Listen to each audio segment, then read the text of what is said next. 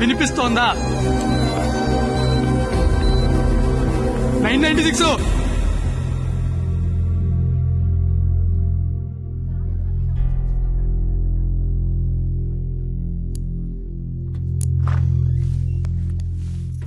Sir తను బానే ఉంది కదా?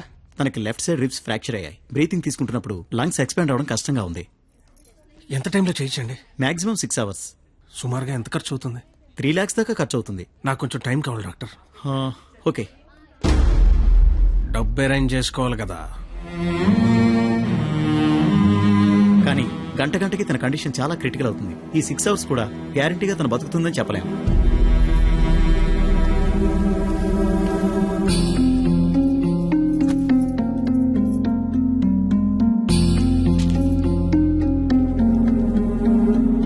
నువ్వు రాసిన అగ్రిమెంట్ కి, దాని ఆపరేషన్ కి 6 గంటల టైం ఉంది.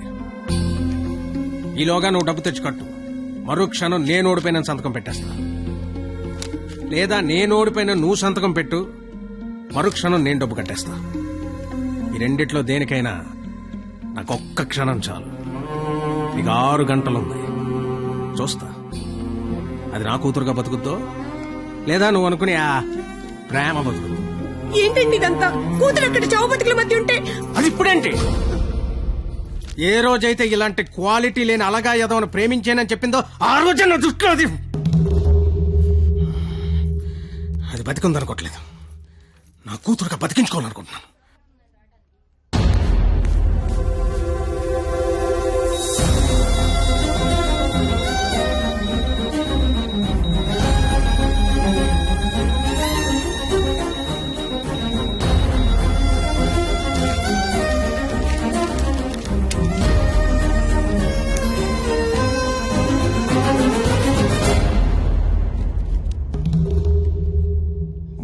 లక్షలు అనేసరికి కనీసం ప్రయత్నం చేయకుండా ఎలా సంతకం పెట్టేస్తున్నాడు చూడు. ఈడి ప్రేమ ఖరీదు 3 లక్షలన్నమాట. నేనేం చేయలేనని నీకు తెలుసు. ఉన్నవే 6 గంటలు. ఇప్పుడు నేను డబ్బు కోసం పరిగెడితే మా నాన్న ఇల్లు అమ్మేసి మా ఫ్రెండ్ ఆటో అమ్మేసి ఇస్తారు. అవి నేను సంపాదించను కావు. ఆ ఏడాదించోడు 25-50 ఇస్తాడు. అదెందుకు సరిపోదు. అది అక్కడ ప్రాణాలతో కొట్టుకుంటుంది. ఇప్పుడు నాకు ఈ పందెం కంటే దాని ప్రాణమే ముఖ్యం. గెలిచినోడు గురించి అందరూ చెప్పుకుంటారు, ఓడిపోయినోడు అందరికీ కారణాలు చెప్పుకుంటాడు. ఇలాగా నీలాంటోడికి ప్రేమించాను అని చెప్పడం మట్టి మీద మట్టి అని రాసినంత తేలిక. కానీ అది నిలబెట్టుకోవడం నీళ్లు మీద నీళ్లు అని రాసినంత కష్టం. పో, ఇంకెప్పుడూ నా జీవితంలో గానీ నా కూతురు జీవితంలో గానీ కనబడకు. పో, ఓడిపోతే కాళ్ల మీద పడి క్షమాపణ చెప్తానన్నావు.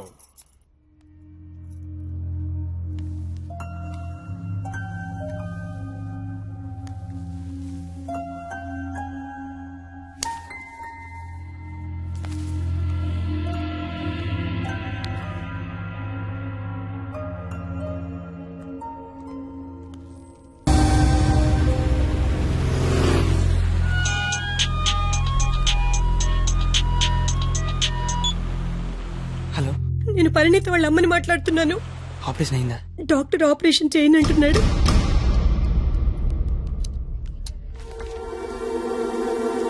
హలో సార్, నన్ను గుర్తుపట్టారా? నేను సార్, మీ దయ వల్ల ఒక హాస్పిటల్ కి ఓనర్ని కాస్తా ఈ హాస్పిటల్లో డాక్టర్ గా జాబ్ చేస్తున్నా. మీ క్వాలిటీ దెబ్బకి బలైపోయిన చాలా మందిలో నేను ఒక్కడు సార్. గుర్తుపట్ల అంటే ఇప్పుడు ఆపరేషన్ చేయబోయేది నేనే సార్, కానీ చేయటల్లా ఏ? మానేశా. ఇప్పుడే నిమిషం ముందు నిర్ణయం తీసుకున్నా.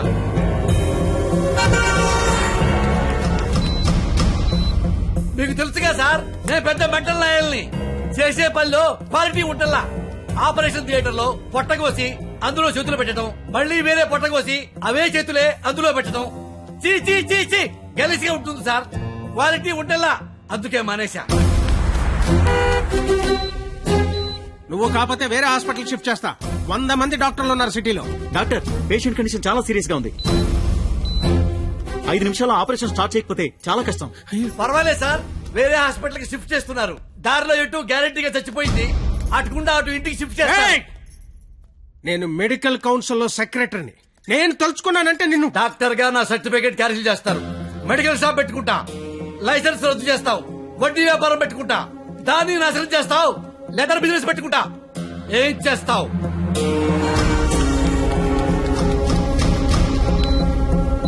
ఈ అవకాశాన్ని వదులుకోను రాజా.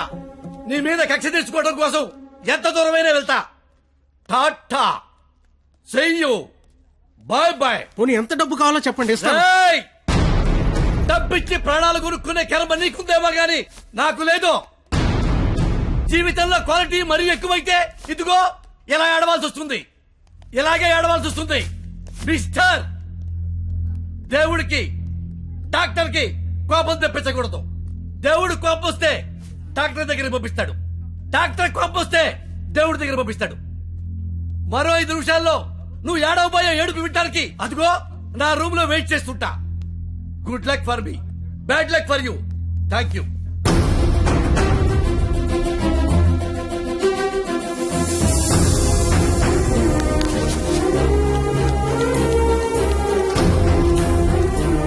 ఇప్పుడు ఆపరేషన్ ఆఫీసర్ కదా, దాని గురించి మాట్లాడాలి. నాకే సంబంధం. మీకే సంబంధం.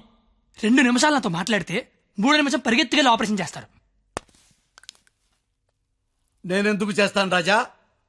నో, ఆపరేషన్ నేనే చేస్తా. అమ్మా, ఈ అవకాశాన్ని నేను వదులుకోను. సార్, సారీ సార్, ఈ విషయం తెలియక నేను ఆపరేషన్ చేయనని చెప్పాను సార్. ఏ విషయం?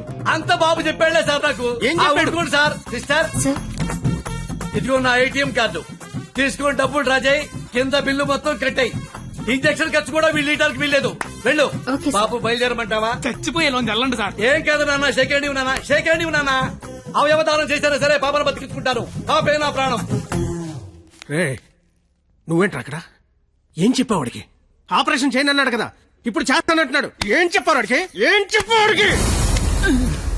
అసలు నీ ప్రాబ్లం ఏంటి చెప్పు. నీ ప్రాబ్లం ఏంటి? నువ్వు చేయలేకపోయావు, నేను చేస్తానా కదా. ఇప్పుడు ఆపరేషన్ చేయడం ఇంపార్టెంట్, ఎందుకు చేస్తాడు ఇంపార్టెంటా?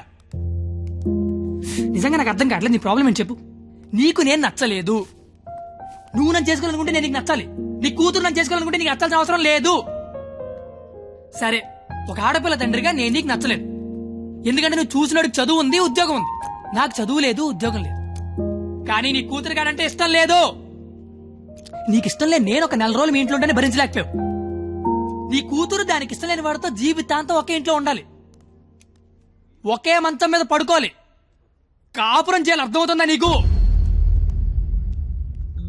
నాకు విషయం చెప్పు. నీలా నీ ఫ్యామిలీని 4 రోజులు పోషించమన్నావు. చివరిలో యాక్సిడెంట్ అయ్యింది, ఆపరేషన్ చేయించాలి, చేయించలేకపోయినా ఓడిపోయిన సంతకం పెట్టమన్నావు, పెట్టేశా. నీ కూతురు నీకు ఇచ్చా. నువ్వేం చేసావు? ఆపరేషన్ చేయించగలిగావా? నువ్వు చేసింది అంటే నేను చేయలేకపోయింది ఏంటి? ఇప్పుడు ఇద్దరం గెలిచినట్ట, ఇద్దరం ఓడిపోయినట్ట? తనకి మన ఇద్దరం కావాలి. నువ్వు ఉన్నావన్న ధైర్యం కావాలి, నేను ఇచ్చే ఆనందము కావాలి. తను ఎగరాలనుకుంటోంది, ఎగరడానికి రెక్కల్లా నేను కానీ ఎగిరి ఎగిరి అలిసిపోతే వాలడానికి కాళ్ళలా నువ్వు ఉన్నావన్న ధైర్యం కావాలి. అసలు నీతో పాటు మా నాన్న కూడా కావాలి అని ఉండకపోతే దాన్ని పెళ్లి చేసుకోవడానికి 3 లేసిన చెప్పి పట్టదు నాకు. నిన్ను కాదు లేచాక దాన్ని అనాలి. ఛీ, ఇదంతా నీకు ఎంత చెప్పినా అర్థం కాదని తెలుసుకోవడం చెప్తాను. నాకైతే అర్థం కావట్లేదు. ఛీ, ఎంత వస్తువు తెస్తే. రాజా, కంగ్రాచులేషన్స్, ఆపరేషన్ బాగా జరిగింది. అమ్మాయి safe. Best of luck. Medical officer గారు, మీరు మీ భార్య లోపలికి వెళ్ళి చూడొచ్చండి.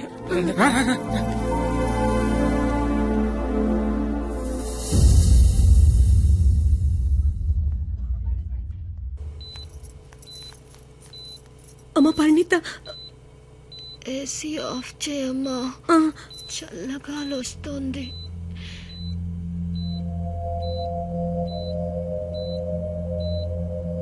నిన్నొకటి అడగాలి నాన్న.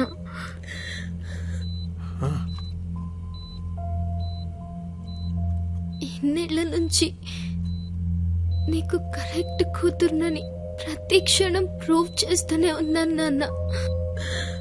పరిణిత, కానీ నువ్వు నాకు కరెక్ట్ నాన్నవని ఒక్క ఒక్కసారి కూడా ఎందుకు ప్రూవ్ చేయలేదు నాన్న?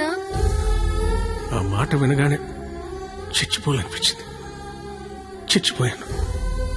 నా కూతురికి ఇష్టం లేని తండ్రిగా. నా కూతురు వాడిని చేసుకుంటే తండ్రిగా నేను ఓడిపోతాను.